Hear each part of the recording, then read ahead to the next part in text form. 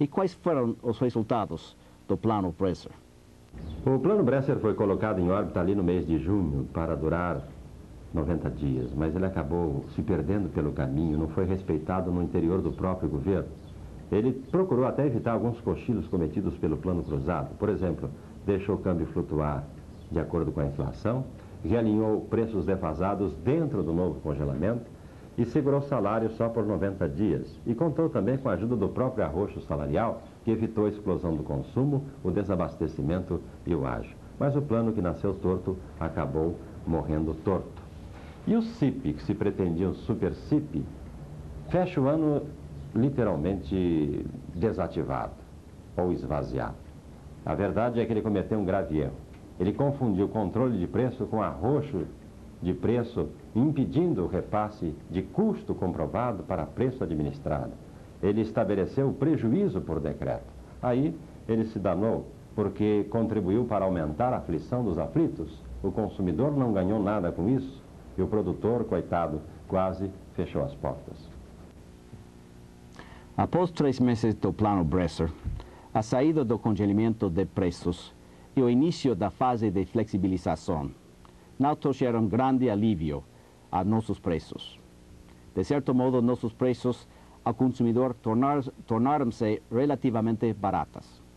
E com isso, as nossas vendas acabaram se beneficiando, fazendo com que o sector fosse um dos menos afetados pela já perceptível retração da economia.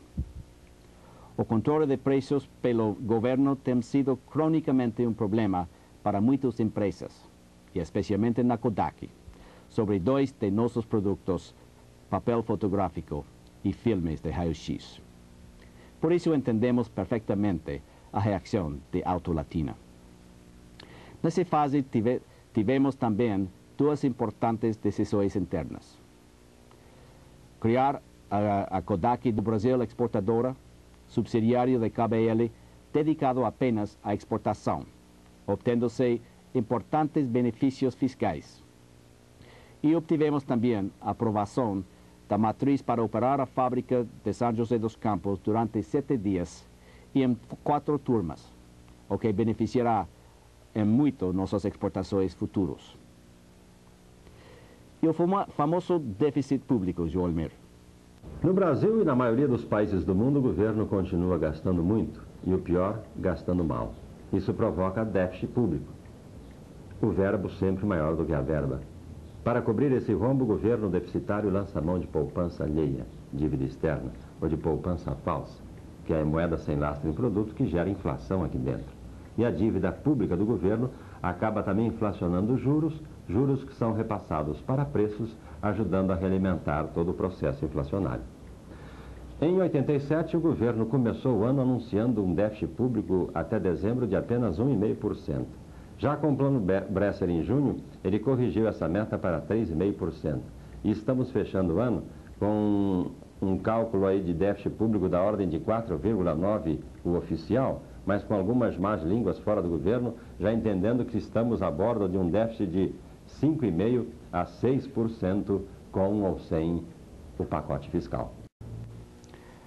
Acompanhamos com interesse esta questão de déficit público, já que afeta a inflação e, consequentemente, o câmbio. Também porque o governo é um grande consumidor dos produtos Kodak. Internamente, nessa altura, já havíamos dado um grande passo, cumprindo nossos objetivos de aumentar a produtividade, a informatização e a comunicação interna através de várias atividades e muitas siglas. TQC, Conceito de Qualidade Total Aperfeiçoado.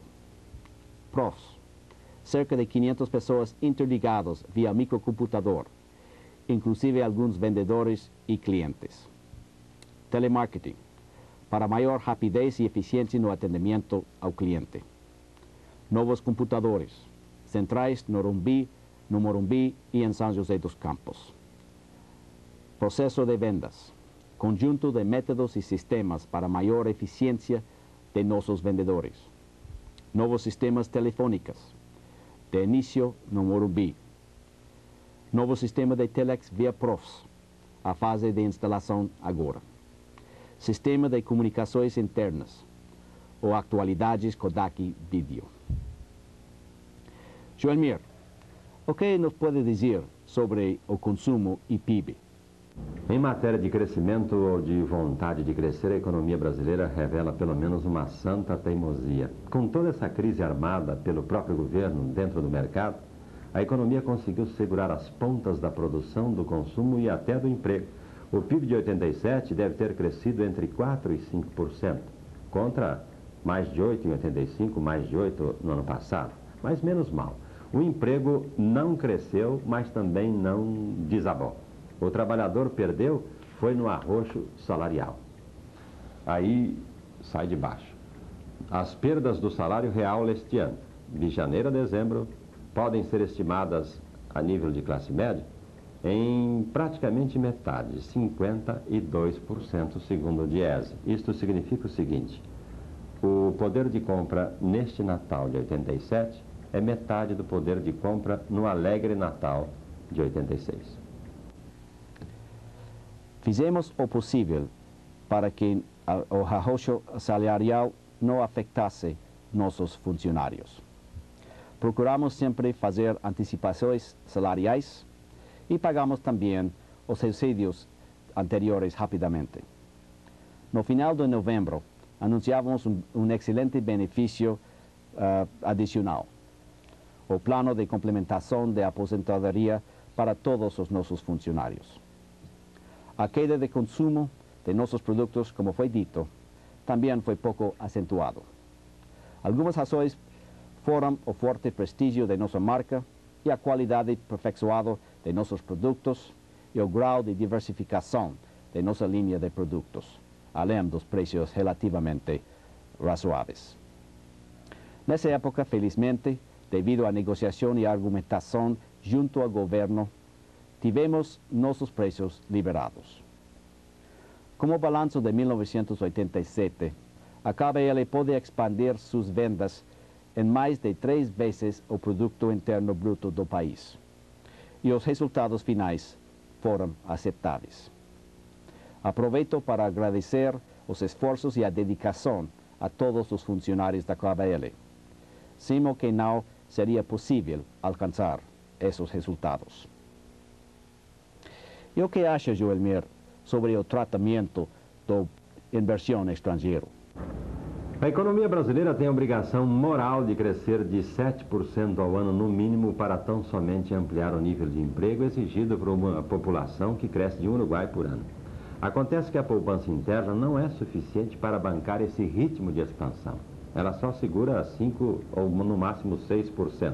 Para voltar a crescer de 7%, 8% ou 9% ao ano, só com a ajuda da poupança estrangeira. Mas de preferência, não mais a poupança dos bancos, a poupança de aluguel, mas o capital de risco das multinacionais que já estão estabelecidas aqui dentro, caso da Kodak. Até porque, do ponto de vista da própria soberania nacional, é muito mais fácil o Brasil controlar as multinacionais aqui dentro do que controlar os bancos internacionais lá fora. E também porque o modelo do endividamento externo está esgotado. O Brasil não consegue mais pagar a dívida nem querendo. E os bancos não querem mais refinanciar a dívida entalada do Brasil.